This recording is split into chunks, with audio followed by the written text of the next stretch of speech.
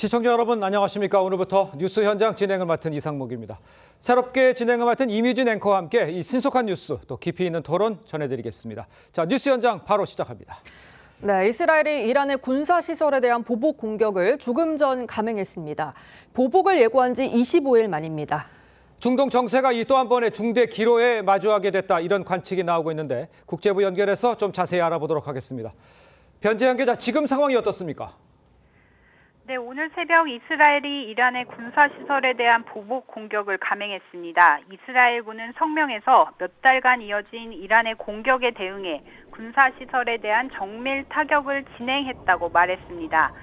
그러면서 이스라엘은 대응할 권리와 의무가 있다면서 이란과 대리단체들이 지난해 10월 이후 끊임없이 공격을 이어왔다고 규탄했습니다.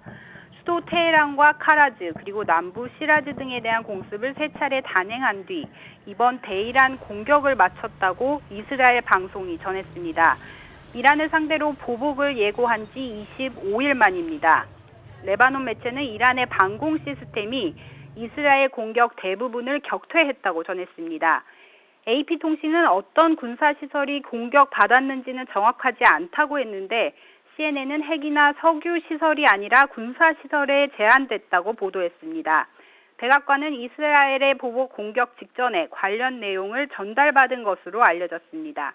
지금까지 국제부에서 전해드렸습니다. 자, 22대 국회 첫 국정감사, 어제 이 종합감사를 끝으로 사실상 막을 내렸습니다. 고성과 설전이 난무했던 이 정쟁 국감이었다, 이런 지적 많습니다. 국민의힘 한동훈 대표는 박정희 전 대통령이 45주기 추도식에 참석을 하면서 보수층 결집에 나서고 있는 상황입니다. 정치권 쟁점들 지금부터 전문가들과 함께 자세히 짚어보겠습니다. 최병묵 정치평론가, 김기흥 전 대통령실 부대변인, 김영주 전 통합민주당 의원, 박성민 전 민주당 최고위원 나오셨습니다. 안녕하세요. 안녕하세요. 네, 반갑습니다. 네, 주제 먼저 보겠습니다. 자, 먼저 국정감사 기간 중에 설전이 끊이지 않았던 이 국회 법사위 마지막 날에도 상황이 다르진 않았습니다. 이화영 전 경기부지사가 심우정 검찰총장, 박성재 법무부 장관과 같은 줄에 앉아서 이 자리 배치를 놓고 신경전이 벌어졌죠. 직접 한번 보시겠습니다. 이 기관 증인이 3분 여기 남아 계시고 이제 일반 증인이 계시는데 현재 한 분은 피고인입니다. 누구요? 이화영 증인. 재판을 받고 계시는 거예요. 네. 그런데요? 지금 그 소추의 대표기관인 법무부 장관, 공수처장, 검찰총장이랑 지금 재판을 받는 피고인과 같은 반열에 있다는 것 자체가 이건 전혀 맞지가 않습니다. 좌석 배치는 법에 나와 있는 것도 아니고 위원장 재량에 의해서 합니다. 네. 국가기관을 모독하는 거고 법사위를 모독하는 거예요, 이게. 이게 왜 국가기관을 모독하는 거죠? 모독하는 거지. 왜요? 무죄 추정이 원칙인데. 자, 최병 편집장님, 그러니까 같이 나란히 선 거는 보기에는 어떻게 보세요? 적당한 거지. 아니, 우선 법사위 국정감사장이라는 것이 물론 자리가 약간 한계는 있습니다. 거기에 뭐 여러 줄을 놓을 수 있는 자리는 아닌데 저희도 사실 그 법사위에 과거에 들어가 봤지만 거기 몇 줄 정도는 충분히 놓을 수 있는 거거든요. 그렇죠. 근데 그걸 이제 정청래 법사위원장이 재량이다 이렇게 얘기를 했는데 재량의 법률적 의미를 따지자면 재량에도 분명히 한계가 있습니다. 예를 들어서 본인이 어떤 행사장에 초청을 받아서 갔는데 국회 법사위원장 대우를 못 받고 뭐 예를 들어서 어느 정당의 뭐 무슨 일반 당직자와 같은 줄에 한 뭐 5명 정도 앉는 같은 줄에 앉았다고 그러면 본인은 그거 용납할 수 있을까요? 네. 그런 점에서 본다면 더군다나 이거는 그 누군가를 그 어떤 수사를 해서 처벌하는 검찰총장 또 검찰총장의 지휘자 그 지휘권이 있으니까 그렇죠. 법무장관 이 사람과 지금 현재 재판 중인 물론 무죄 추정의 원칙이 있다고는 하지만 재판 중인 피고인을 같은 줄에 앉혀서 그 증인 신문을 한다? 그거는 어불성설이죠. 법 이전의 상식의 문제다. 이렇게 생각합니다. 알겠습니다. 네, 그런데 어제 정청래 법사위원장이 국민의힘 의원들이 이화영 전 부지사를 향해서 집중 질문을 하면 들어보세요, 방해하지 마세요, 이렇게 좀 이화영 전 부지사를 두둔하는 역할을 했거든요. 지금 법사위원장의 공정성 문제도 제기가 되고 있어요. 공정성 문제가 제기된 게 어제 오늘의 일이 아니잖아요. 여러 가지 처음부터 법률부터 너무 지나치게 청원 위주로 법사위를 운영해 왔다든지 국감 이전에도 여러 가지 어떤 정청래 위원장이 법사위원장이 되는 순간 우려했던 부분들이 있는 것이고 다만 이제 그럼에도 불구하고 일정 정도 재량이라고 하는 또 특징이라고 하는 측면을 우리가 국민들이 수용할 수는 있는데 실제로 법 질서라고 하는 것은 사실 여야를 뛰어넘는 부분 아니겠습니까? 이제 그렇기 때문에 실제적으로 보면 그 피감기관인 법무부 장관과 검찰총장이 있는데 피의자를 더 두둔한다든지 하는 것은 우리 국민 일반적인 감정에 반하는 것이다. 저는 그렇게 생각이 들고요. 실질적으로도 지난번에도 뭐 청문회 비슷하게 했습니다만 결과적으로는 정청래 위원장이 했던 청문회 자체가 오히려 민주당에는 손해를 끼쳤지 않나 그런 생각이 듭니다. 알겠습니다. 박서민 최고도 보시기에는 앞줄에 같이 앉아 있는 건 좀 이상하지 않습니까? 뭐 문제 제기를 하실 수 있는 부분이라고도 보입니다. 뭐 왜냐하면 어쨌든 재판 과정 중에 있고 그리고 검찰 수사까지 거쳤던 상황이기 때문에 뭐 의원들께서 문제 제기를 할 수 있다라고 생각이 드는데 다만 이제 아쉬운 것은 그런 거죠. 이제 국회에서 국정감사를 할 때는 어쨌든 이 여러 가지 다룰 내용들이 충분히 많은데 이제 저런 설전이나 공방 이런 것들이 이번 국감 기간에는 지나치게 많이 보이지 않았나. 이게 아무래도 여야 갈등이 첨예한 상황이고 여러 가지 이 정치 이슈와 그리고 또는 사법적인 이슈가 국회 안에 한 번에 섞이게 되면서 여러 가지 좀 불필요한 공방들이 많이 벌어졌다. 이런 점은 굉장히 아쉬운 지점입니다. 알겠습니다. 일단 증인으로 나온 이화영 전 부지사가요. 검찰의 회유와 협박이 있었다고 주장을 하자 박성재 법무부 장관이 반발을 했습니다. 고성이 이후에 이제 오가기도 했습니다. 함께 들어보겠습니다. 조작이 어디 있습니까? 장관님, 누가 뭘 조작했다는 잠깐만요. 다른 분들 아니 뭘 조작했다는지 구체적으로 말씀해 주세요. 뭘 조작했다는 겁니까? 뭘? 제가 대답하는 중에 조작, 검찰이 조작. 제발 좀 그러지 말아 주십시오. 수많은 검사들이 쳐다보고 있습니다. 그 검사들이 정말 조작을 했습니까? 제가 장관으로 조작해갖고 저런 재판을 하고 있다면 제가 당장 사표 내고 나가겠습니다.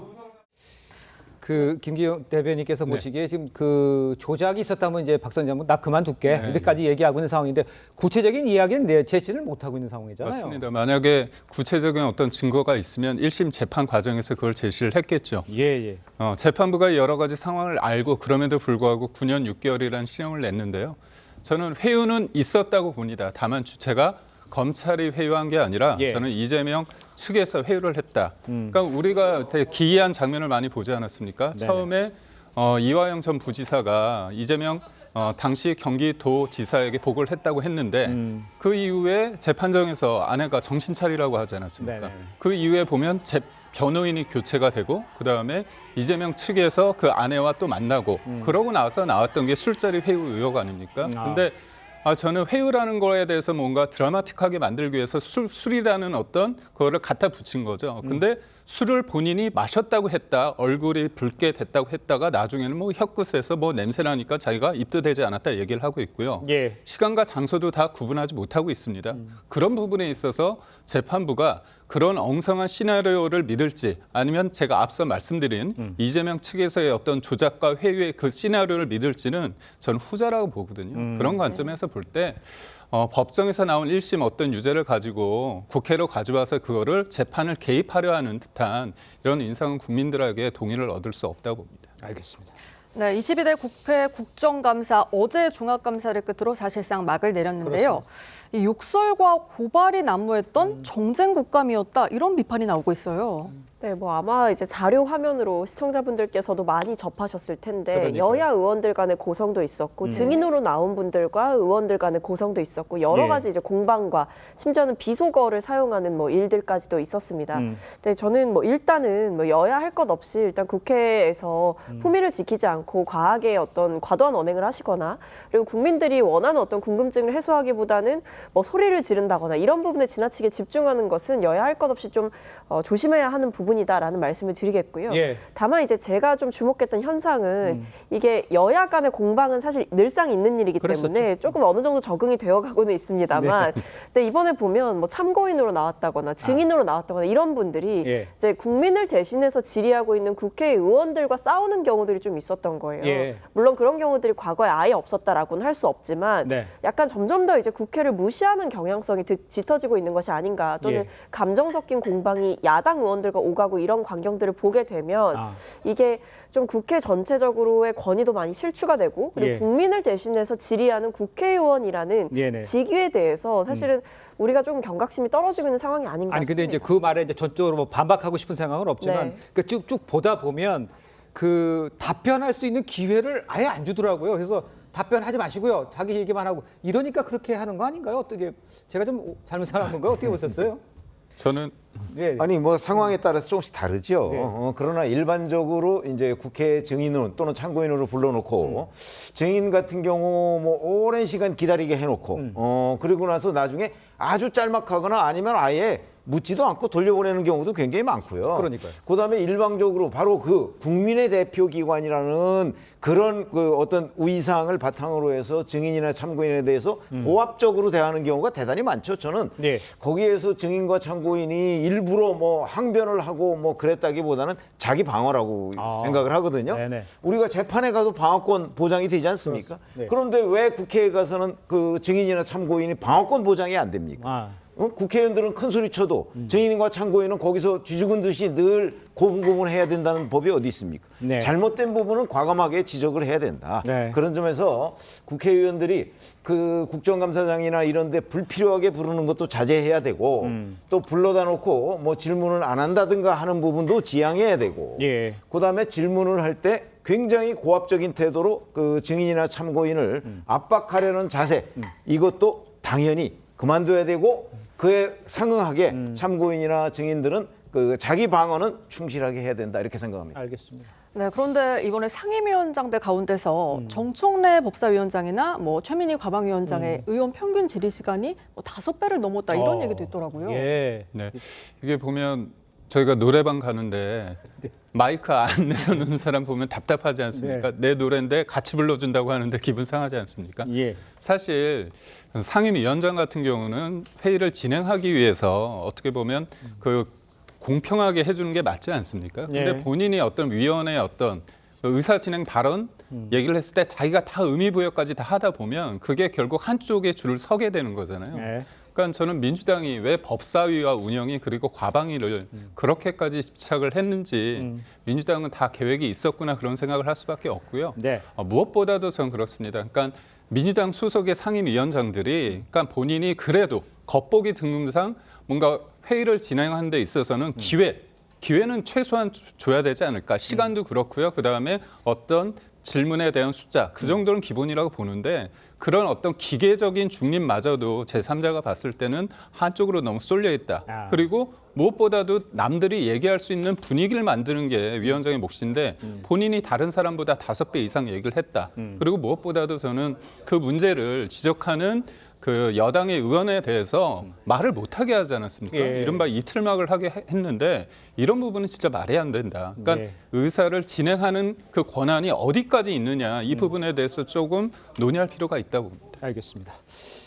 자, 이런 가운데요, 이번 국정감사에서 발부된 이 동행명령장 이 27건입니다. 현재 대통령 부인에 대해서도 지금 동행명령장이 발부가 되는 아주 사상 초유의 일이 벌어졌죠. 직접 좀 상황을 그림으로 보도록 하겠습니다. 찬성 11인, 반대 6인으로 가결되었음을 선포합니다. 동행명령장 집행을 방해하도록 한 때에는 5년 이하의 징역에 처한다고 규정하고 있다는 점을 다시 한번 알려드립니다. 그 송달 자체를 거부하고 있습니다. 바리케이트 치고 또 물리력을 행사해서 막고 있습니다. 이거 뭐지만 현행법이잖아요. 대통령 경우에 관한 법률이라는 다른 법률을 집행하고 있는 부분들로 제가 경고상 이용이 없잖아요. 아까 증인 김건희는 국회 법사위에 즉각 출석하라! 출석하라! 출석하라! 출석하라! 일단 국민의힘에서는 김건희 여사를 망신 주기 위한 것이다 이렇게 말을 하고 있는데 민주당에서는 동행명령장이 이제 경찰 병력에게 가로막히자 동행명령장 집행을 방해했다, 법적 조치하겠다 이렇게 얘기를 하고 있어요. 어떻게 보세요, 이건? 사실은 기본적으로 최근에 들어서는 이게 입법부인 국회가 사법부를 대신하고자 하는 욕망을 거침없이 드러낸다 그렇게 봅니다. 어떤 문제가 있으면 경찰, 검찰, 뭐 혹은 공수처 단위에서 수사가 이루어지고 그런 부분에 대해서 국회가 보완할 수 있는 부분이라든지 여러 가지 어떤 방식들이 있을 텐데 그런 것들을 일제히 다 생략하고 바로 명령장을 발부해서 온다 안 한다라는 것으로 해서 바로 저렇게 이렇게 그 다음에는 바로 이제 특검 안에 법안에다가 밀어붙임으로써 과감하게 지나치게 민주당이 사법부를 통째 또 경찰권을 통째 무시하는 그런 경향들이 있어서 저도 굉장히 모든 법안이라든지 특검법을 비롯해서 동학명령까지도 너무 슬익고 숙성되지 않는 또 따라서 국민 전체가 공감하기 어려운 그런 동학명령권을 말하자면 발행하고 있다. 27건이나 한다는 것은 이전에 국회에서는 절대 볼 수 없었던 그런 문제 아닙니까? 그런 부분에 대해서 물론 국민의 감정들도 그만큼의 뭐 격렬히 됐다고는 말 수 있지만 조금 자제될 필요가 있다. 그렇게 보여집니다. 알겠습니다. 자, 저희는 다음 주제로 좀 넘어가 보도록 하겠습니다. 자, 한동훈 국민의힘 대표가요, 오늘 45주기 박정희 전 대통령 추도식에 참석을 했습니다. 이번 주 부산에 이어서 어제 대구를 찾았었죠. 박 전 대통령 추도식까지. 그러니까 보수 지지층 잡기에 나선 건 모양새가 됐는데 한동훈 대표의 행보를 먼저 대변인께서는 어떻게 보십니까? 아무래도 지금 전당대회 이후에 이제 한 100일 가까이 되지 않습니까? 네네. 그런 관점에 있어서 보수의 심장이라고 할 수 있는 대구에 대해서 마음을 쓸 수밖에 없고 또 하나는 지금의 당내 상황에 있어서 파열음이 거칠게 일고 있지 않습니까? 그런 부분에 있어서 대통령과의 어떤 관계 속에서 우려하는 분들이 많습니다. 특히 보수 중도 지지자분들 그런 부분이 있습니다. 그런 관점에서 볼 때 본인의 어떤 보수의 정통이라는 이 부분에 대해서 얘기를 하고 싶겠죠. 그리고 무엇보다도 한동훈 대표를 공격하는 어떤 분, 특히 홍준표 시장은 끊임없이 어떤 배신자 프레임을 들이대고 있지 않습니까? 이 배신자 프레임을 벗어나기 위해서 이게 찍히지 않기 위해서 뭔가 본인이 내가 이것을 하는 이유는 윤석열 정부를 성공시키기 위한 어떤 과정일 뿐이다. 그다음에 윤석열 정부가 하는 여러 가지 일들 중에서 긍정적인 면이 김건희 여사의 어떤 리스크 때문에 안 보이고 있기 때문에 이 부분을 짚고 넘어가야 된다. 이 부분을 좀 강조하기 위해서 사람들을 만나고자 저는 현장에 직접 갔다고 보고요. 저는 여담으로 하나 말씀을 드리자면 많은 정치인들이 대구로 가서 힘을 얻지 않습니까? 윤석열 대통령도 당시 이제 후보 시절에 서문시장에 갔습니다. 그런데 이제 제가 그때 많은 분들이 열렬히 환호해줘서 제가 끝나고 나서 차를 탔을 때 기분 좋으시지 않냐, 힘이 나지 않느냐 그랬더니 그렇게 말씀하셨습니다. 뭐냐면 나를 지지하는 게 아니라 정권 교체를 원하는 사람들의 열망이다 그런 얘기를 했습니다. 그 당시 때. 네, 맞습니다. 그러니까 이 부분에 대해서 대통령도 한번 생각해 주시고 지금 한동훈 대표도 지금의 어떤 지지가 기회를 준 거고 본인의 한 개인에 대한 지지가 아니거든요. 정권 재창출하라는 엄중한 마지막 기회라고 생각해 주셨으면 좋겠습니다. 알겠습니다. 네, 한동훈 대표는 어제 취임 후 처음으로 대구를 찾았습니다. 자신이 보수 정당의 대표이자 최고 경영자라면서 대주주를 뵙는다는 마음으로 대구에 왔다고 했는데요. 관련 발언부터 듣고 오겠습니다. 대구 경북은 보수 정당 우파의 중요한 대주주입니다. 저는 그 보수 정당 우파 정당의 경영인 대표이사 CEO입니다. 김건희 여사 관련한 국민과 지지자들의 우려와 걱정을 제가 어떻게든 해소하려는 것도 그런 이유입니다. 제가 한 가지 분명히 해두겠습니다. 여러분들이 만든, 여러분들이 대주주인 이 정권을 끝까지 지킬 것이고 전체주의적인 세력이 정권을 잡는 것을 막고 정권을 재창출할 겁니다. 네, 들으신 것처럼 대구를 찾은 한 대표가 당대표로서의 좀 정통성을 강조를 했거든요. 어떤 의미가 있다고 보실까요?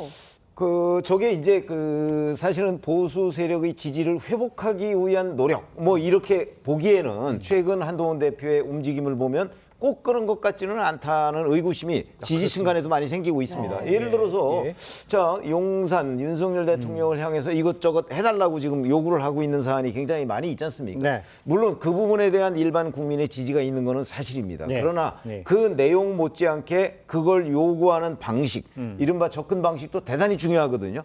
왜냐하면 사실은 국민의힘 지지층이라고 한다면 그 두 가지를 겸비한 집권당 대표를 아마 원할 거예요. 그런 걸 기대하고 있을 텐데 지금 한동훈 대표의 움직임 또는 그 대통령실을 향한 그 요구사항 이런 그 방식이 과연 우리가 그동안 그 보고 왔던 그런 집권당 대표의 그 모습과 예. 일치하느냐 아니면 자기 정치냐 뭐 이런 부분에 관해서 저는 상당한 의문이 있기 때문에 예. 그런 점에서 한동훈 대표가 이 집권당 대표 다움이라는 것이 과연 그 본인이 추구하는 목표 못지않게 그 여러 가지의 행동 양식도 얼마나 중요하냐 하는 거를 자각을 해야 저는 그 집권당 대표답게 예. 아마 지지층으로부터 지지를 받을 수 있지 않을까 이렇게 생각합니다. 알겠습니다. 박성균 최고위원께 질문 드려야 될 것 같아요. 지금 말씀하시는 것은 뜻은 맞는데 접근 방식에 조금 문제가 있는 것 같다. 그러니 설득력이 떨어지지 않느냐 이렇게 얘기하시는 것 같아요. 근데 어떻게 판단하세요? 근데 뭐 한동훈 대표 측에서 이야기하는 것들을 자세히 살펴보면 뭐 참을 만큼 참았다라는 것도 있는 것 같습니다. 그러니까 뭐 네. 예를 들면 예. 그 대통령에게 쓴소리를 할 거면 뭐 둘이 이제 만났을 때 조용히 하거나 하면 되지 왜 그걸 그렇게 언론에 흘리느냐, 예. 언론에다 대고 왜 이렇게 공개적으로 이야기를 하느냐라고 이제 친윤계 의원들을 비롯해서 대통령실에서도 굉장히 좀 불쾌감을 표시를 하잖아요. 예. 근데 그 부분에 대해서 친한계가 뭐라고 이야기를 하냐 보면 그럼 그동안 조용히 얘기했을 때는 들어줬냐 이겁니다. 그러니까 그동안 수차례 여러 방식으로 뭐 아마 대통령실 정무수석이라든지 뭐 이런 분들 통해서도 아마 한동훈 대표의 뜻은 계속 전달이 됐던 걸로 보여져요. 근데 그게 그렇게 조용히 전달을 했을 때에는 뭐 밖으로 공개가 되지 않았지만 결과적으로 계속해서 어떤 변화 없이 이 상태가 현상 유지가 되었기 때문에 네. 한동훈 대표로서도 지금 정권을 끝까지 지키겠다 뭐 이런 이야기를 계속 하잖아요. 예. 그러니까 이게 본인의 자기 정치가 아니라 보수를 지키기 위한 자기 나름의 충정이다 이런 자기 정당화를 하는 과정인 거거든요. 예. 그래서 결과적으로 보면 지금은 뭐 한동훈 대표에게 자기 정치한다라고 이야기를 하면서 보수 내분이 좀 일어나고 있지만 제3자인 제가 봤을 때는 이럴 시간이 없는 것이 아니냐 사실은 이미 국민들의 민심 위반은 굉장히 심각한 상태가 아니냐 이 부분에 좀 더 집중을 해야 된다라고 말씀드리겠습니다. 알겠습니다. 그런데 그렇다면 당내 이간질로 쇄신을 방해하는 소수, 이 소수는 누구라고 생각을 해야 되는 겁니까? 어떻게 보세요? 제가 볼 때는 뭐 친윤계 몇몇을 전 짚은 거라고 보고 있습니다. 예. 그런데 저는 제가 뭐 윤석열 대통령 대통령실에 부대변을 했기 때문에 많은 분들이 저한테 친윤이냐 친한이냐 물었을 때 제가 저는 뭐 친윤이라고 얘기를 합니다. 네. 근데 그게 저는 일을 풀어가는 방식이 되게 중요하다고 생각해요. 네. 사람은 감정의 동물이기 때문에 그런데 이제 닭이 먼저냐 달걀이 먼저냐 그렇게 뭐 비유할 수도 있지만 여하튼 서로 간에 감정이 굉장히 격해 있는 건 맞는 것 같습니다. 근데 저는 정치인은 대통령도 정치인이고 한동훈 대표도 정치인 아닙니까? 그런 국민들이 우려할 만한 상황을 만들지 말아야 될 어떤 책임감이 있는 겁니다. 근데 누가 보더라도 다 감정이 안 좋다는 걸 입안에 써놓고 있는 형국이라고 저는 보고 있거든요. 그러니까 제가 앞서 말씀드렸다시피 예. 우리가 정권 교체를 어떻게 했습니까? 문재인 정부의 검찰총장이 후보가 돼서 어렵게 이뤄낸 겁니다. 예. 겸손해야 되고요. 이런 절실함을 가지고 해야 되는데 서로 간에 특히나 저는 주변 인물들의 어떤 자제가 필요하다. 대통령과 한동훈 대표의 어떤 스탠스도 중요하지만 주변 인물들이 예. 너무나 조금 뭐 방송이든 페북을 통해서 싸움을 좀 부추기는 물론 그분들의 선의는 믿습니다. 하지만 좀 때로는 자중할 필요가 있다고 봅니다. 알겠습니다. 네, 이런 가운데 특별감찰관 추천을 둘러싼 여권 내 이견이 지속되고 있는데요. 그렇죠. 이 한동훈 대표가 특별감찰관 추천이 대선 공약이다라면서 추진 의지를 거듭 드러내자 이 추경호 원내대표는 원내 사안이다라고 강조를 했거든요. 이 내용과 관련해서 한 대표는 이르면 이번 주말쯤 추경호 원내대표를 만나겠다고 했거든요. 좀 네. 설득 가능성이 있을까요? 뭐 저는 설득 이전에 이게 대통령 공약이면 이미 그 전에 원내에서의 어떤 의견을 거쳤다고 봐야 될 수밖에 없다라고 봅니다. 그렇습니다. 예, 네. 그래서 예. 새로 구성된 국회의원들이 이거 원내 사안이기 때문에 대통령 공약 사항을 해 마라 하는 것이 문제가 아니고 대통령께서 주문하신 대로 그럼 빨리 국회에서 특별감찰관에 대해서 추인을 받아와라, 안을 달라. 그렇게 한 부분에 대해서 과연 이제 추경호 원내대표가 하고 싶은 얘기는 이런 거예요. 네네. 그러면 민주당 그게 동의하는지 그걸 연계해서 말하면 북한 인권 이사 재단 이사와 연계할 것인지 예. 아니면 한 대표가 얘기하듯이 이것은 이것대로 할 것인지에는 논의를 하는 것이지 특별감찰관 자체를 하냐 마냐 하는 것은 저는 논의가 적절하지 않다 그렇게 보여지고요. 예. 또 한동훈 대표도 그걸 가지고 이건 내 역할이다. 뭐 당대표가 원내대표 그거는 당연한 말씀입니다만은 그것을 가지고 네 것 내 탓하는 것은 적절하지 않다. 네. 그렇게 보여집니다. 그러니까요. 지금 뭐 말씀은 좀 해석해 주셨지만 이 문제를 이제 풀어야 되잖아요. 다 함께 이제 의견을 좀 싸우지 말자. 좀 감정이 골이 깊어져 있다. 이렇게 이야기는 하고 있지만 더 이상은 안 된다로 확전은 좀 자제하는 모습이긴 하지만 이런 특별감찰관처럼 문제가 발견돼서 이제 해결을 해야 되는 이 문제에 대해서는 어떤 식으로 그럼 도대체 해결을 해야 됩니까? 아니 추경호 원내대표를 만나겠다 이렇게 얘기를 하잖아요. 네. 주말에 만나겠다 그러니까 예. 아마 오늘 내일 중에 만날 걸로 보이는데 사실은 대통령실에 가서 대통령한테 특별감찰관을 우리가 추천해야 되겠습니다라고 얘기하기 전에 추경호 원내대표를 만났어야죠. 먼저 만나서 네. 자 우리 당의 대선 공약이 특별감찰관 추천인데 현재 우리 당의 당론은 특별감찰관 추천과 함께 지금 민주당이 북한 인권재단 이사를 추천하지 않고 있으니까 국민의힘은 추천했거든요. 그런데 네. 추천하지 않아서 북한 인권재단이 출범을 못하고 있습니다. 그러니까 그 부분을 연계해서 추진하는 게 당론인데 자 근데 뭐 민주당 가만히 보니까 영 북한 인권재단 이사 추천은 안 할 걸로 보이니까 그러면 우리가 두 개를 분리해서 추진할 것인지 아니면 여전히 당론을 유지할 것인지에 관해서 추경호 원내대표하고 논의를 한 다음에 가서 대통령한테 그렇게 얘기를 했어야 되는 것 아닌가요? 일의 순서가 잘못된 거죠. 아니 만약에 뭐 당무를 통할하는 게 그 대표다. 그래서 특별감찰관 추천을 그 추경호 원내대표와 일체 상의 없이 한동훈 대표 혼자 추진할 수 있나요? 그렇죠. 추진 못할 거요. 예. 이 정당 조직은 행정 조직하고 다릅니다. 그렇죠. 그렇기 때문에 예. 제가 보건대 아까도 뭐 저 접근 방식 얘기를 했지만 이 특별감찰관 이 추천 자체를 윤석열 대통령이 반대하는 게 아니에요. 그러니까요. 추천해라 임명하겠다. 다만 네네. 민주당이 인권재단 이사를 예. 지금 계속 미루고 있으니까 예. 그걸 어떻게 하든 두 가지를 한꺼번에 해결하자는 거거든요. 예. 그거를 잘 그 협의만 하면 될 일을 뭐 이렇게 분란을 일으킵니까? 네. 저는 그게 좀 이상하다 뭐 이런 느낌을 갖습니다. 알겠습니다. 네, 지금 민주당에서는 특별감찰관으로는 김건희 여사 문제를 해결할 수 없다. 뭐 특검을 해야 된다는 입장인가요?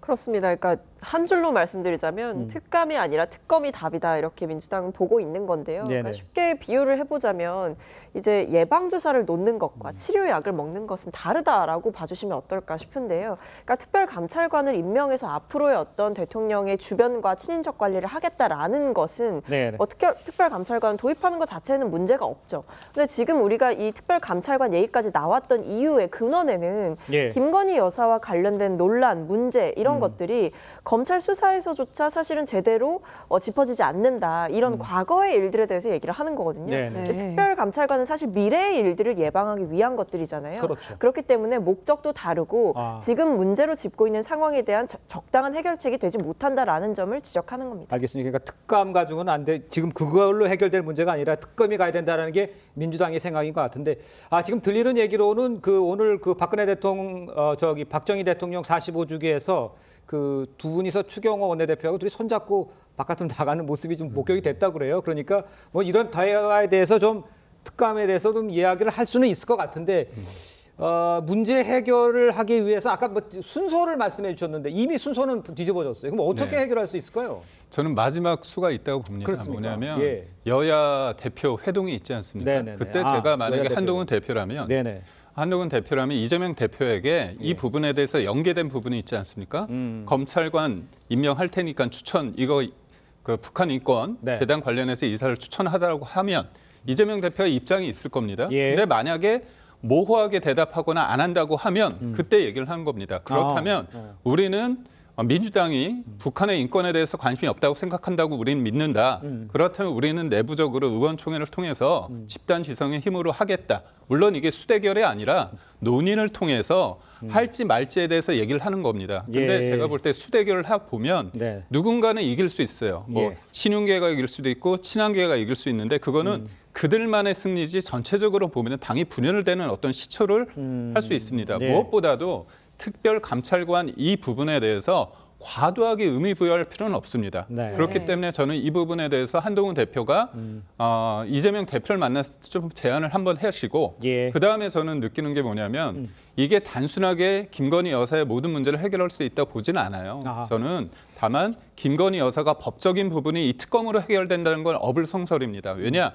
이 특검은 민주당식의 특검은 대통령의 탄핵을 가기 위한 징검다리 역할이죠. 그건 치료제가 아니거든요. 예. 그런 관점에서 특검에 대해서 확실하게 선을 긋고 그다음에 김건희 여사의 어떤 대외 활동에 대해서 예. 아예 못하는 거는 불가능합니다. 외교 일정은 해야죠. 그러니까요. 그러니까 그렇다면 어떤 단독 일정 같은 거를 자제하면서 뭔가 접점을 찾고 그 접점을 찾은 거에 대해서 한동훈 대표도 긍정적으로 해석을 하면서 같이 노력하는 게 필요하다. 알겠습니다. 국회 내에서 이 특별감찰관 문제를 가지고 수대결로 가는 모양새는 결국 누가 이기는 것도 아니다. 뭐 이렇게 좀 지적을 해주신 것 같습니다.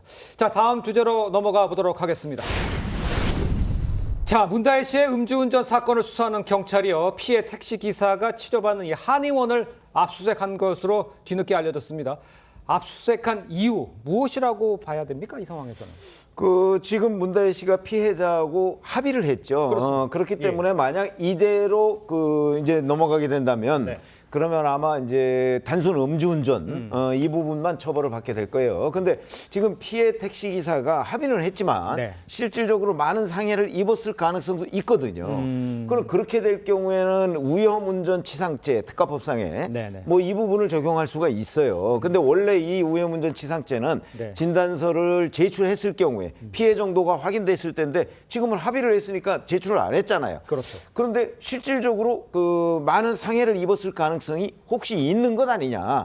그걸 확인하기 위해서 지금 피해 택시 기사가 진단을 받았던 그 한의원에 가서 그 자료를 확보하기 위해서 압수수색을 한 것이다. 그런데 거기에서 만약에 상해 진단서로 상당한 기간의 치료를 요하는 진단이 나왔다.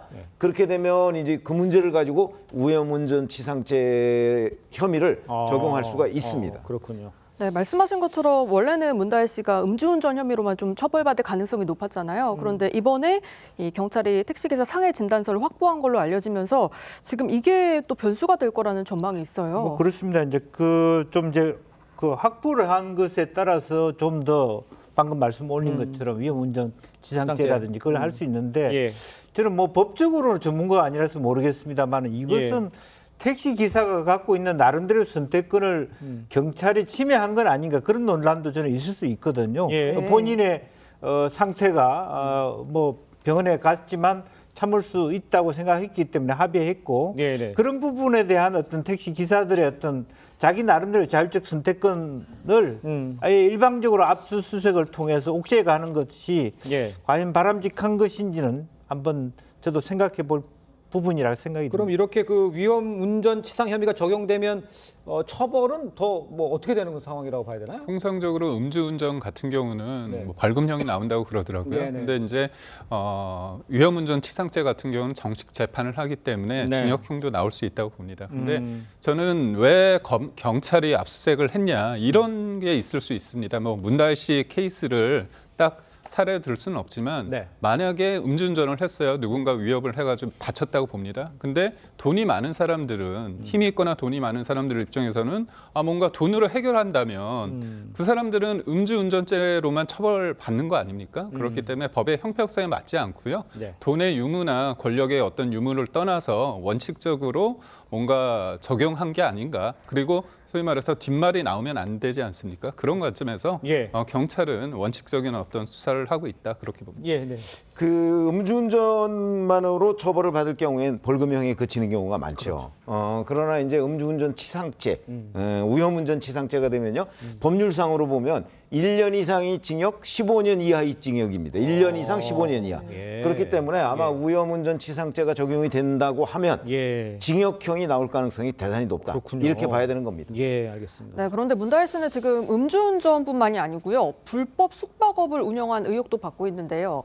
한 시민단체가 서울경찰청에 문다혜 씨를 고발을 했습니다. 이 불법 숙박업은 공중위생관리법 위반 등에 해당된다. 지금 이거거든요. 네, 그렇죠. 지금 뭐 문다혜 씨가 공유 숙박 플랫폼 뭐 이런 것들을 활용해서 숙박업을 해왔던 것 아니냐. 그런데 이게 뭐 이번 국정감사에서도 지적이 되긴 했습니다만 이게 과연 정식적인 신고를 하고 허가를 받은 상태로 영업을 한 것이냐. 이 논란이 계속 지속되고 있는 상황이거든요.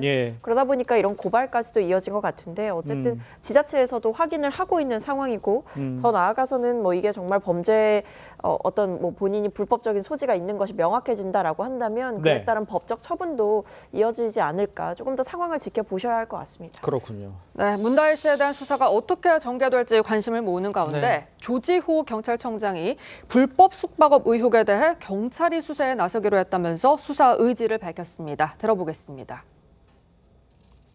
제주도와 그리고 영등포에 소유하고 있는 것은 주택이나 오피스텔인데 이런 불법적인 숙박이 이루어진 것 문제뿐만 아니고 결국 이게 이제 탈세로 이어집니다. 수수께끼에 사촌집이라고 하라고 했다라는 그런 증언도 나와 있는 상황이고 경찰청장님 이거 좀 신속하게 수사를 해야 되지 않겠습니까? 특별사법경찰관리 담당 부서하고 협의를 해서 경찰에서 이제 수사를 하기로 조정을 했습니다. 그래서 이거 어제 조정이 됐기 때문에 네. 이건 뭐 수사를 할 겁니다. 김 의원님, 지금 말씀 나온 것처럼 지금 문다일 씨가 이제 신고 없이 이제 불법 숙박업을 이제 한 혐의가 입증이 돼서 관련 세금도 내지 않았을 가능성도 있는데 그러면 세금 냈는지 안 냈는지 이거 탈세 이것도 조사를 하게 되는 겁니까?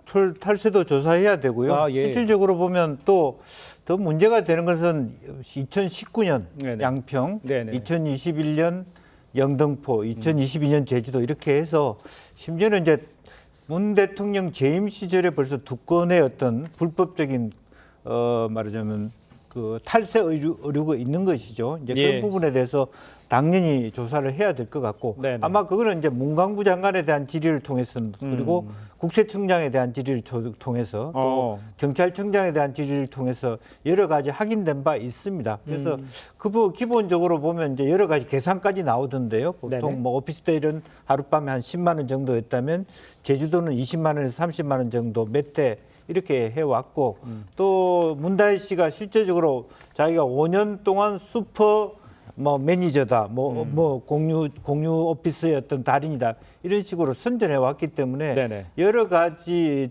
추측을 넘어서 실질적인 어떤 범죄의 문제까지 예. 가능하지 않을까 그렇게 보여집니다. 알겠습니다. 네, 이런 가운데 문다일 씨가 2019년 양평동 주택을 갭 투자해서 억대 시세 차익을 거둔 정황이 드러났어요. 그런데 2019년이 이 문재인 정부 당시 이 갭 투자로 인한 집값 상승을 잡기 위해서 규제를 좀 쏟아냈던 시기란 말이에요. 부동산 투기와의 소위 말한 전쟁이 있었던 그렇죠. 거죠. 예. 그리고 저는 뭐 다주택자라고 해서 저는 문제가 있다고 보지는 않습니다. 세금을 네네. 낸다면. 근데 그 굉장히 정의롭지 못한 사람들로 뭔가 이렇게 압박하고 있는 사회적 어떤 분위기 아니었습니까? 네. 그 과정에서 누구보다도 뭔가 근신하고 그거의 어떤 정부 정책의 흐름에 맞아야 되는데 따님께서는 그거에 역반응을 했다는 데 문제가 있다고 보고요. 예. 저는 이분이 굉장히 치밀한 것 같아요. 태국 가서 네네. 이제 집을 산 거 아닙니까? 네. 그다음에 공유 숙박하고 예. 또 한국에 들어와서는 또 청와대 관사 들어가서 관사 태클을 한 거 아닙니까? 사실 예. 그 과정에서 수익도 1억 4천만 원 하고 그다음에 또 다른 집들은 공유 숙박을 하는데 세금은 내지 않고 그러니까 이런 일련의 상황들을 봤을 때 이 문다일 씨가 과연 어떤 사회적인 어떤 규칙과 법 그런 어떤 도덕적인 부분에 대해서 얼마나 민감한 반응을 보였나 그런 생각을 할 수밖에 없는 거고요. 저는 그렇습니다. 예전에 이제 서모 씨 전 남편에 대해서 문제가 제기됐을 때 예. 가족에 대한 공격 굉장히 비판을 하면서 이쯤 가면 막 하자는 거 아니냐 그러면서 자기가 억울하게 돌맞는 개구리로 얘기를 했는데 제가 볼 때는 누구보다도 아빠 찬스를 많이 받지 않았습니까? 네. 그다음에 제주도 별장 같은 경우 그것들이 공시지가 정도의 금액 3억 8천만 원 받았다고 하는데 주변의 얘기를 따르자면 한 10억 정도 받는다고 그러더라고요. 예. 그것도 아빠 찬스 아닙니까? 알겠습니다. 지금 말씀하신 것들은 다 수사가 진행 중인 내용이니까요. 결과가 확정되지 않았다는 말씀을 제가 추가로 전해드리도록 하겠습니다. 자, 지금까지 정치권 쟁점 네 분과 함께 나눠봤습니다. 고맙습니다. 감사합니다.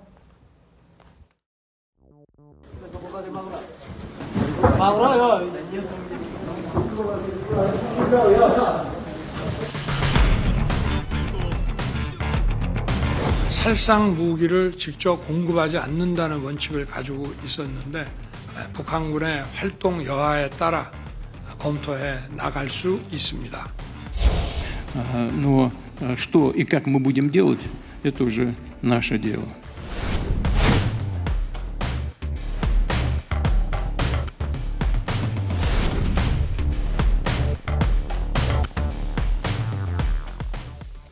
자, 북한이요. 러시아 파병을 사실상 인정하는 입장을 처음으로 내놨습니다.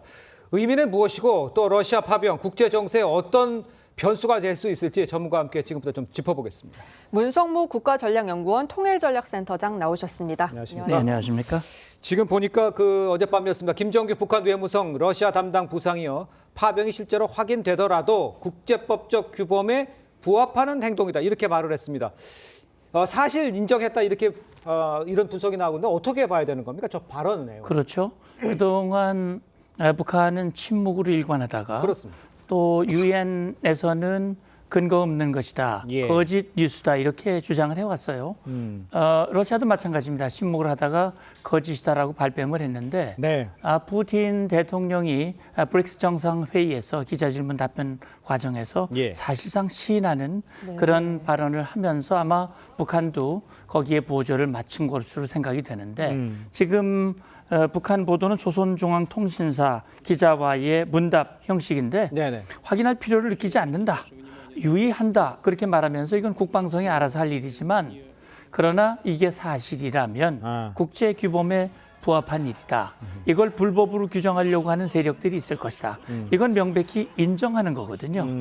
그래서 저는 국제규범에 뭐가 부합한다고 말하는 것인지 참 납득하기가 어렵습니다. 네, 그런데 북한이 이렇게 러시아 파병을 사실상 인정을 하면서도 주민들한테는 알리지 않고 있어요. 네. 어떤 배경이 있다고 보실까요? 예, 그러니까요. 정말 국제규범에 부합한 것이고 자랑스럽고 명분이 있는 일 같으면 그렇죠. 뭐 숨길 이유가 하나도 없지 않습니까? 네. 예. 아마 우리 국민들도 기억하시겠습니다만 우리 60년대 베트남 파병을 하거나 네네. 2000년대 초에 이라크 파병할 때 네네. 우리는 국회 동의를 받았고 국민의 지지를 받았고 네네. 공개적으로 모든 걸 다 했어요. 네. 그러나 이게 국제규범에 부합한다고 말하지만 불법이라는 사실이에요. 불법 침략 전쟁에 북한이 가입하고 국제사회에서 이제 이 결과가 패전이 된다면 패전국이 되는 거예요. 네. 이거 자랑하기가 어렵죠. 그리고 이 대규모의 북한 젊은이들이 현장에 가서 사실 목숨을 잃을 수밖에 없거든요. 그러니까요. 이걸 북한 주민들이 알게 된다면 예. 엄청난 동요가 있을 수밖에 없어요. 예. 그래서 지금 이 보도도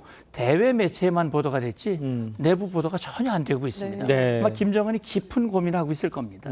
센터장님 그걸 여쭤봐야 될 것 같아요. 우크라이나 젤렌스키 대통령이 27, 28 이렇게 날짜까지 지적을 해서 요때 올 것이다 이렇게 했는데 규모, 시기 이런 거는 어떻게 예상을 할 수가 있을까요? 지금. 예, 그러니까 말씀하신 대로 네.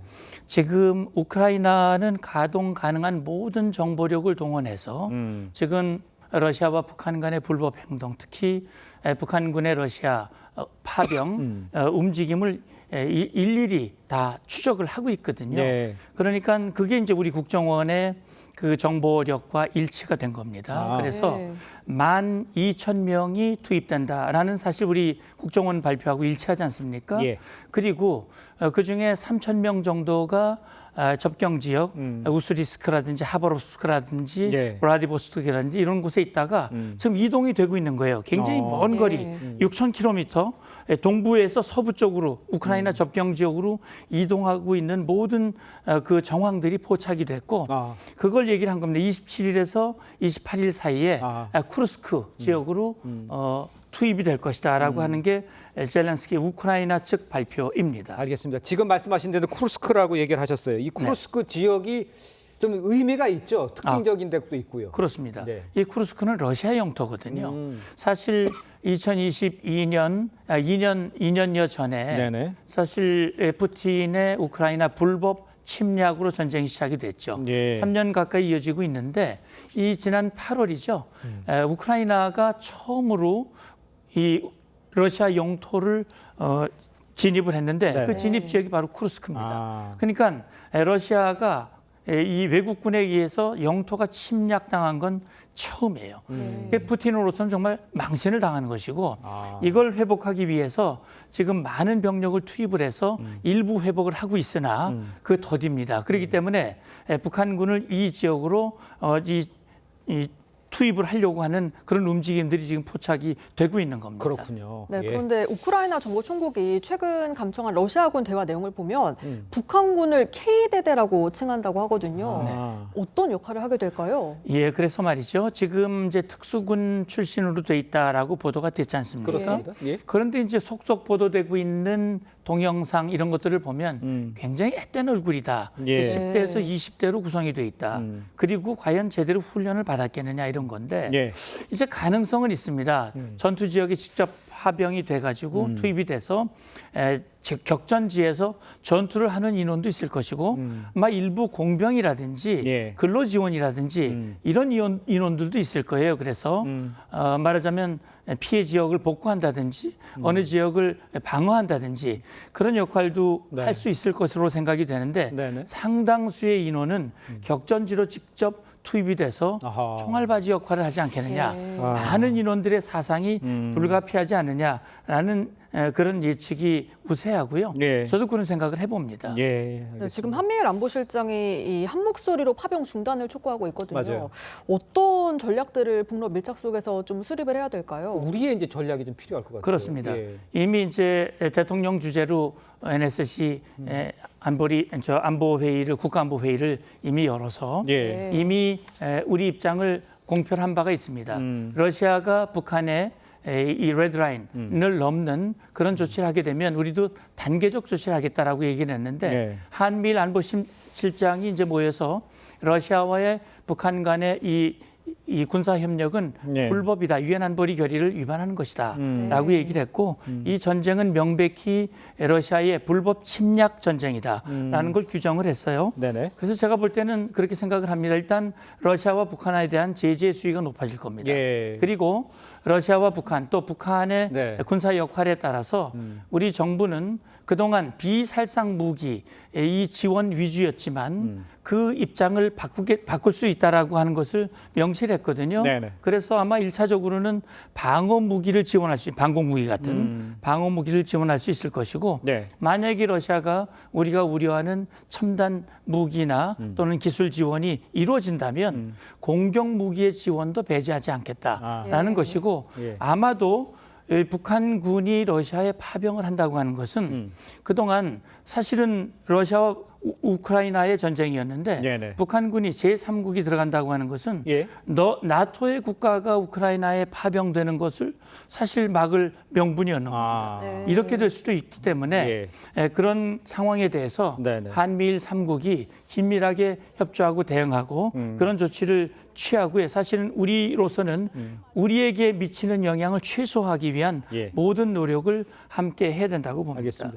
근데 센터장님 지금 문제는 지금 북한군이 러시아에 파병하는 얘기를 우리가 쭉 하고 있습니다만 네. 저희가 이제 뉴스 초반에 리포트에도 전해드렸다시피 지금 이스라엘이 이제 이란에 대해서 이제 공격을 하고 있는 상황이잖아요. 중동 사태까지도 함께 봐야 될 것 같은데 이 상황은 어떻게 보고 계십니까? 예, 그러니까 작년 10월 7일 팔레스타인 하마스가 이스라엘을 침공을 했지 않습니까? 네네. 그 이후 지금 1년여 동안 그런데 이 하마스를 지원하는 세력이 소위 저항의 축입니다. 예. 헤스볼라라든지 이 후티 반군이라든지 이런 세력들을 이란이 지지하고 있는데 최근에 이란이 지난 10월 초였죠. 네네. 이란이 이스라엘을 향해서 보복 공격을 했어요. 그다음에 하니에라든지 하산 나스랄라라든지 이 하마스와 헤스볼라 지도자가 이스라엘에 의해서 폭살을 당했어요. 네. 여기에 대한 보복을 했는데 그 보복에 대한 보복이 오늘 새벽까지 이루어진 겁니다. 그러니까요. 이스라엘이 테헤란과 그 인근에 있는 군사 시설에 대한 보복 공격을 했어요. 네. 이 이란 방송에서도 이걸 보도를 했는데 네. 이란이 이제 즉각 여기에 대해서는 재보복을 하겠다고 얘기를 했고 이스라엘도 만약에 이란이 재보복을 한다면 우리도 가만히 있지 않겠다라고 얘기를 해서 예. 이것이 중동 확전이 이루어지는 것이 아니냐라는 우려들이 있습니다. 네. 그래서 우리로서도 이런 상황들이 우리와 무관치 않습니다. 따라서 이런 안보 상황 속에서 우리는 더욱더 우리 안보를 확고히 지켜야 되고 국제사회와의 공조 이것이 무엇보다 중요한 거라고 생각이 되고요. 네. 그러나 당장 뭐 북한이 말하듯이 전쟁이 곧 일어난다. 이거는 그렇게 될 수가 없는 것이거든요. 예. 그래서 우리 국민들은 우리 군과 정부를 믿고 의연하게 대처하시는 것이 전 좋다고 봅니다. 알겠습니다. 예. 하여간 지금 국제 정세 아주 급박하게 돌아가고 있는 것만은 사실인 것 같습니다. 지금까지 문성문 국가전략연구원 통일전략센터장과 이야기 나눴습니다. 고맙습니다. 감사합니다. 네, 서울 동대문에 있는 이 디자인 플라자, 이 기둥이 없이 곡선으로 이루어져서 마치 우주선 같은 아주 독특한 모양새로 잘 알려져 있습니다. 이 디자인 플라자의 지붕을 걸을 수 있는 투어가 시작됐는데요. 도심 속 이색적인 모습을 곽승한 기자가 담아왔습니다. 안전모와 안전 로프를 착용한 사람들이 올라선 곳. 동대문 디자인 플라자, DDP의 지붕입니다. 곡선 형태의 DDP 지붕, 280m를 걷는 루프탑 투어입니다. 밑에서만 내려다보던 DDP 지붕 위에 올라선 시민들은 신기해하며 기념사진을 찍습니다. 높이 29m의 이곳 DDP 지붕 위에서 동대문 일대 풍경을 볼 수 있습니다. 안전을 위해 바닥엔 미끄럼 방지 패드가 설치돼 있고 안전 요원들이 동행합니다. 서울 도심 한복판에서 꼭 그 산 정상에 올라온 것처럼 상쾌함과 후련함을 느끼는 게 참 새로운 경험이었던 것 같습니다. 서울시가 DDP 개장 10주년을 맞아 더 많은 시민이 DDP를 즐길 수 있도록 마련했습니다. 지금까지는 아래에서 위만 쳐다보셨지만 위에서 이 동대문 주변에 여러 가지 모습을 보시고 즐거움과 재미를 느끼셨으면 좋을 것 같습니다. 서울시는 다음 달 17일까지 시범 운영을 거쳐 내년 봄쯤 정식 개장할 계획입니다. TV조선 곽승환입니다. 자, 계속해서 사건, 사고 소식 좀 짚어보겠습니다. 권상희 시사평론가 새로 모셨습니다. 안녕하세요. 안녕하세요. 자, 우리가 이제 드라마 전원일기에서 일용엄니로 유명한 이 배우 김수미 씨, 향년 75살이네요. 어제 별세를 했습니다. 고혈당 쇼크인 걸로 전해졌는데 몸이 평소에 좀 안 좋으셨나 봐요? 그랬던 것으로 보입니다. 예. 왜냐하면 지난 5월에 뮤지컬 공연을 마치고 5월에도 병원에 입원을 했었고요. 7월에도 한 차례 병원에 입원을 했습니다. 그러면서 활동을 중단했던 바 있었는데 네. 당시 병원에서 휴식이 필요하다 이런 진단을 받았던 것으로 알려졌습니다. 그러면서 계속해서 건강 이상설이 불거지기도 했는데 최근에 김수미 씨가 출연한 방송 장면들을 보면 과거와는 김수미 씨 얼굴 모습이라든지 건강에 좀 문제가 있는 거 아니냐 이런 의구심을 가질 만큼 네. 모습들이 좀 달라져 있었던 것으로 확인이 됩니다. 아, 그래요? 네, 일단 최종 지금 사인으로 알려진 이 고혈당 쇼크 말씀을 드리면 이 지금 혈액 속의 포도당 농도가 급격하게 상승하면서 신체 기능이 저하되는 증상인 것으로 전해집니다. 네. 이 스트레스 등 외부 요인이 원인이 될 수 있다고 알려지고 있는데 김수미 씨가 방송 활동뿐만 아니라 사업도 하고 있잖아요. 일을 하면서 여러 가지로 상당히 스트레스를 많이 받아왔다 이런 예. 이야기도 전해지고 있습니다. 그렇군요. 네, 김수미 씨는 평소 건강의 중요성을 강조했었는데요. 네. 함께 듣고 오겠습니다.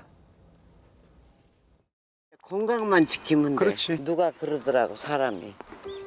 제일 쉬운 게 돈으로 해결할 수 있는 거래. 그렇지. 돈으로도 해결할 수 없는 일이 세상에 너무 많대. 나는 그땐 이해를 못했거든. 이제 알겠어. 우리가 건강은 돈으로 해결이 안 되잖아. 그렇지. 나 천억 줄게 내 건강을 하고 바꾸자면 되겠어? 그럼. 네, 이랬던 김수미 씨가 올 하반기 내내 건강 이상설에 휩싸였는데요.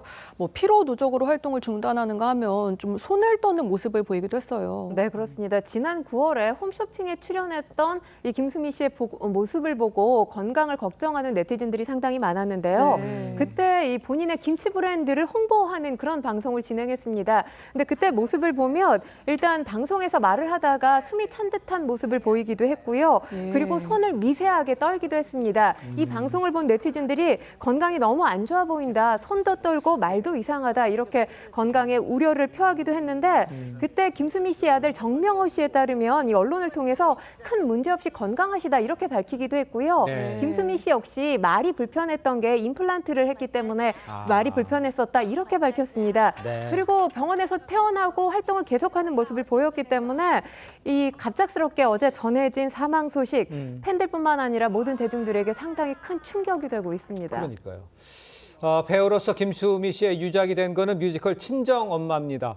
방송 활동에 주력하던 김수미 씨가 유독 많은 애착을 이 친정 엄마 이 여기에 가졌다고 그래요? 네, 그렇습니다. 네. 드라마하면 전원일기가 가장 큰 애착을 보였던 작품이라고 할 수 그렇겠죠. 있고요. 예. 그리고 뮤지컬 작품으로는 친정엄마를 꼽을 수 있습니다. 네. 무려 김수미 씨가 이 친정엄마에서 타이틀롤 역을 했었죠. 복난이 역할로 활동을 했던 무대에 섰던 기간이 2010년부터 올해 5월까지니까 14년 동안 한결같이 이 친정엄마에 대한 애정을 무대에서 표출을 했던 건데 네. 지난 4월 친정엄마 프레스콜이 열렸습니다. 이때 밝힌 내용을 보면 전원일기와 더불어서 본인이 무덤까지 가지고 가고 싶은 작품이다. 이렇게 애정을 표하기도 했고요. 네네. 돌아가신 어머니가 작가를 통해서 내게 보내준 작품처럼 느껴진다면서 이 작품에 대한 특별한 애정을 밝히기도 했습니다. 예, 그렇군요.